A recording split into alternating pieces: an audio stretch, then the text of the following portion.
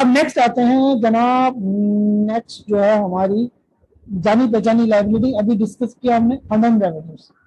Unearned revenues में क्या है भाई, अनअर्न्ड रेवेन्यूज में पहले कहा कि व्हेन अ कंपनी रिसीव्स, हम रिसीव कर लेते हैं क्या, एडवांस पेमेंट।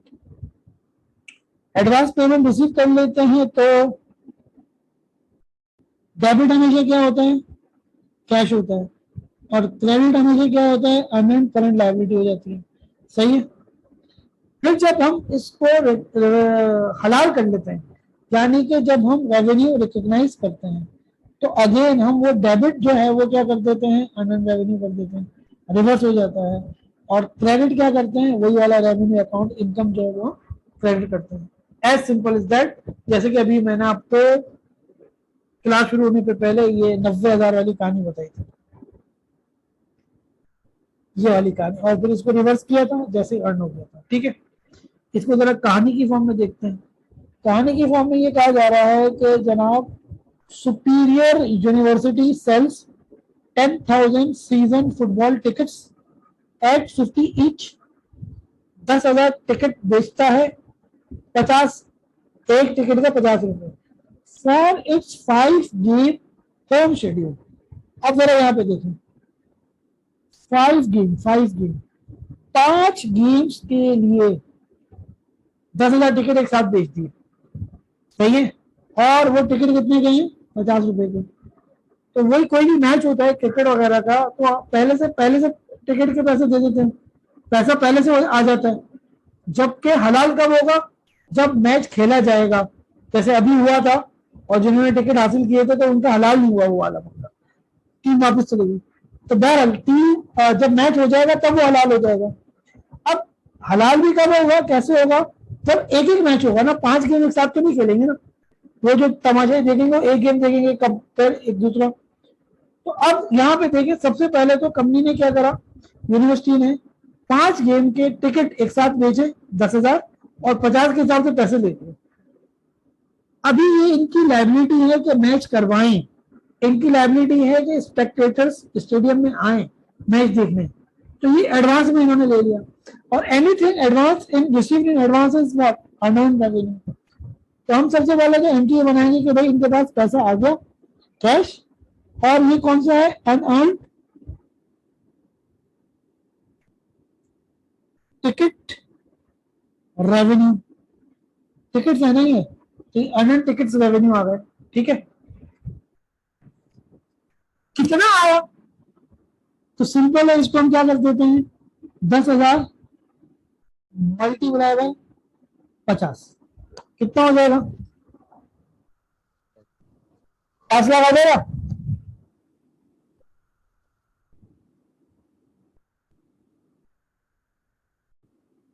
ठीक है, ये देखो, अब इसको अगर मैं वैसे आपको समझाऊं टाइमलाइन से, तो ये इस तरह बनेगा कि भाई इसने पहले तो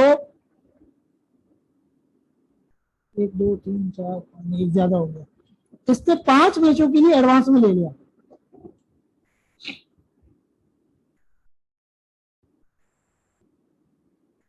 1 2 3 4 और 5, 5 मैचों के लिए इसने पैसे यहाँ पे एडवांस ले लिए 5 लाख। सही है। अब मैं कहता हूं कि हलाल होगा आहिस्ता आहिस्ता। अब एक मैच हो जाएगा आफ्टर मैच 1, मैच 1 हो गया तो ये कितने की हलाल कर चुका होगा, जरा बताएं, एक मैच की कितनी इनकम हुई होगी उसकी। तो मैच 1, मैच एक मैच की हो गई होगी 1 लाख, क्योंकि 5 मैच की 5 लाख, एक मैच की 1 लाख, 1 लाख की हलाल हो गई ना। मैच 1 के एंड पे जो हलाल होगा वो कैसे होगा, वो ऐसे होगा, अनअर्न्ड टिकट और रेवेन्यू डेबिट हो जाएगा 1 लाख से, और जितना हलाल होगा वो हो जाएगा टिकट रेवेन्यू क्रेडिट 1 लाख से। ये हो गया अभी एक मैच का। बाकी 4 मैच के 4 लाख अभी भी पड़े हैं, तो वो ग्रेजुअली अब हर मैच 2 के एंड पे भी यही होगी एंट्री, मैच 3 के एंड पे भी यही एंट्री होगी, मैच 4 के भी एंड में यही एंट्री होती रहेगी। तो हम सिर्फ इसको यहाँ पे रिस्ट्रिक्ट करते हैं कि ये किस तरह हमारा जो है वो रेवेन्यू अर्न होता है। ये कहानी समझ आ गई। पर यही ना, जैसे जैसे सर्विस मिलती रहेगी वैसे वैसे ग्रो होती रहेगी। बिल्कुल बिल्कुल। आगे चलते हैं।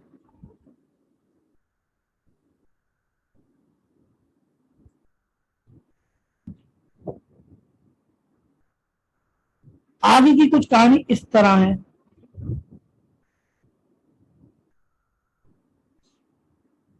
1 सितंबर 2021 मिस्टर शादाब रिसीव ₹5 मिलियन।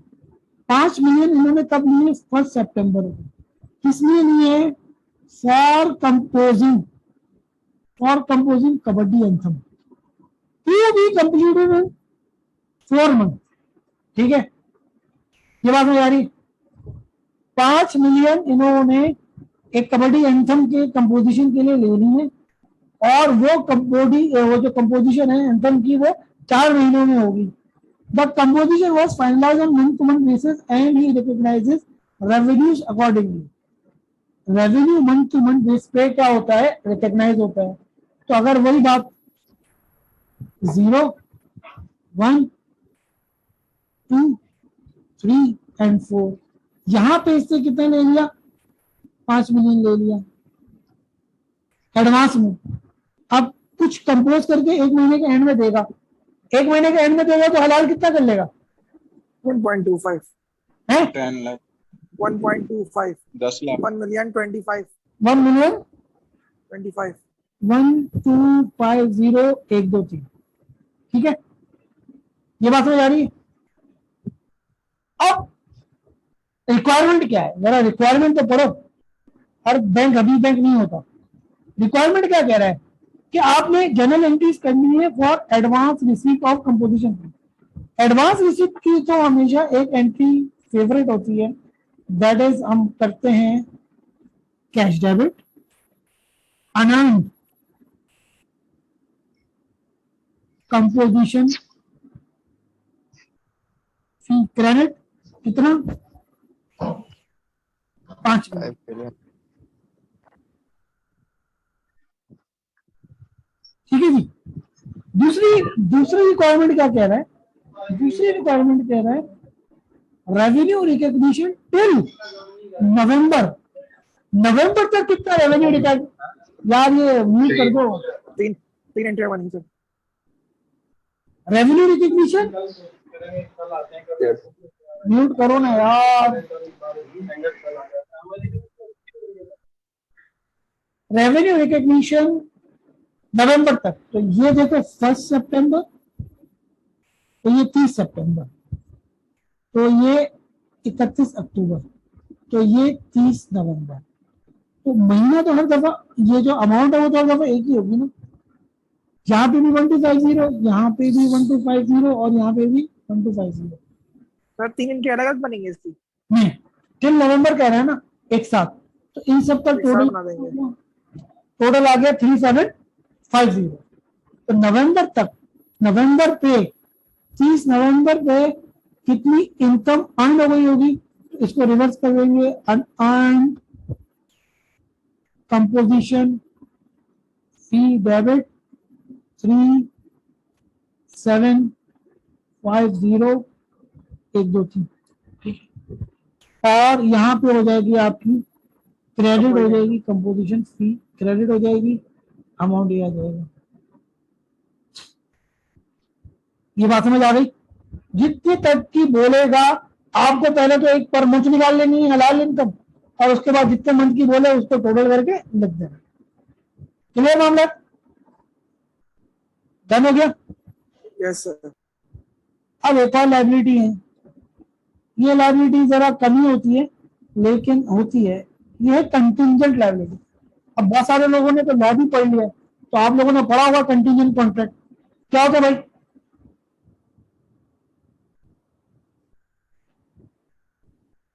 हाँ, सब चुप हो गए।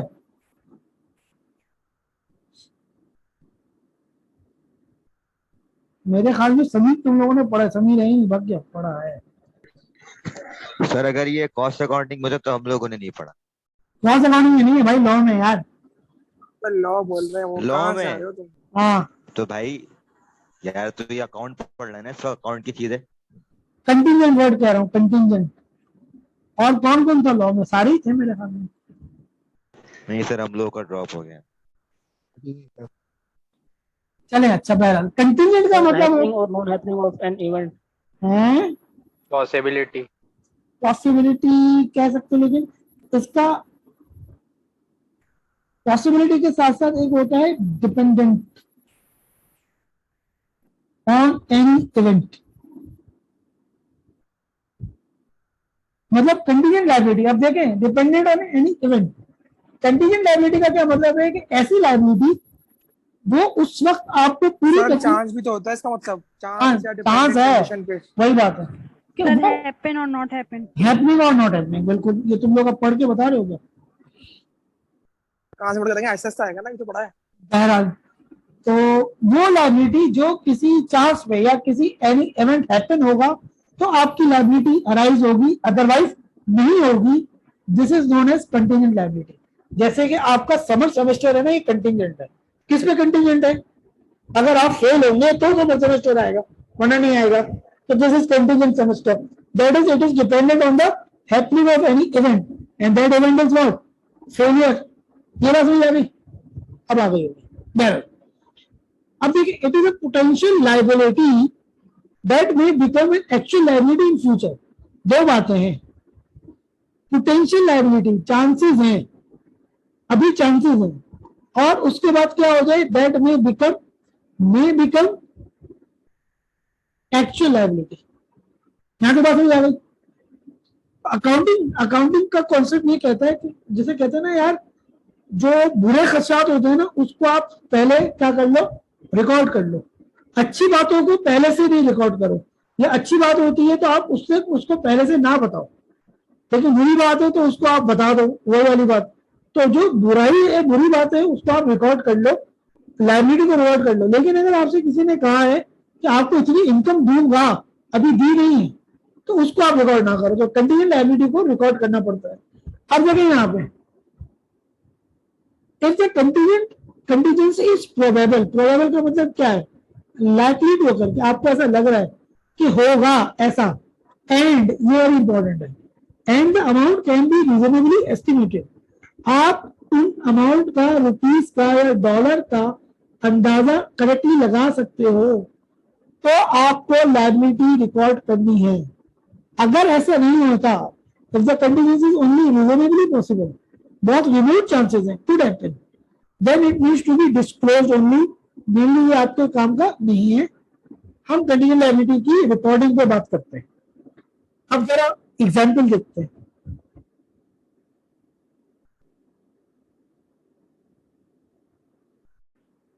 एग्जांपल में ये देखिए, कह रहा है in 2017 Deewana manufacturing company sells 10,000 washers and dryers at an average price of 600 inch. सही है, सेल तो कर दिया इन्होंने।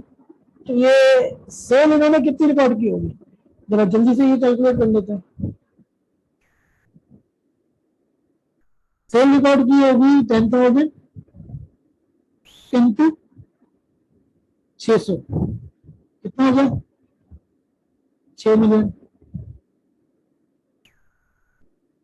सही नहीं है? तो फिर कह रहे थे selling price includes a 1 year warranty on parts, 1 year warranty। होता है usually. Company expect that 500 units, that is 5%, 10,000 का 5%, 500 विल बी डिफेक्टिव। यानी कि इसमें से, इन 10,000 में से 500 निकल आएंगे क्या? डिफेक्टिव। और डिफेक्टिव की रिपेयर कॉस्ट लगेगी कितनी? 80 पर यूनिट। ये कितना हो गया? 40,000। सही है। अब हुआ क्या? ये देखो, ये खदशा था, खदशा था। एक्सपेक्ट मीन खदशा था, प्रोबेबल एक्सपेक्ट, ये खदशा था। और उसकी अमाउंट भी हमने रीजनेबली एस्टिमेट कर ली कि अगर हमें डिफेक्टिव माल आए तो उसको 80 रुपए के हिसाब से सही करना पड़ेगा, तो टोटल हमारा खर्चा 40,000 का होगा। This is the case of estimated reliably reasonably. ठीक है, अब हमें इसकी वारंटी की एक खर्चे की लायबिलिटी तो बुक करनी पड़ेगी। ये बात समझ आ रही? तो लायबिलिटी के लिए क्या हो जाएगा, वारंटी हमेशा लायबिलिटी बुक करेंगे, आगे होगा तो वारंटी का खर्चा है, एक्सपेंस है, तो हमारी एंट्री क्या हो जाएगी, वारंटी एक्सपेंस डेबिट और वारंटी लायबिलिटी क्रेडिट। कितने से, 40,000 से।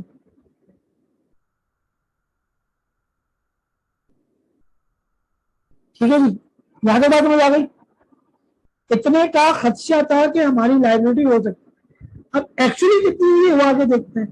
फिर आगे कह रहा है कि इन जनवरी 2017 द कंपनी ऑनर्स मींस जितने वारंटी आए थे, क्लेम इन्होंने दिए थे, 300 units at a total cost of 2400। अगर ये 300 यूनिट्स तक दे देता, ये आपको 24,000 ना देता, तो भी आपका काम हो चुका होता। लेट्स सपोज ये यूं है, पेपर में इसी तरह घुमाया जाएगा। चलो 300 यूनिट्स, ठीक है। अब आपको क्या कह रहा है कि आपने इतनी की तो लायबिलिटी बुक की थी, लेकिन आपकी लायबिलिटी आई कितनी की, आपने पे ऑफ कितनी की थी, 300 यूनिट्स की। तो कितने से की होगी आपने, 80 से तो की होगी।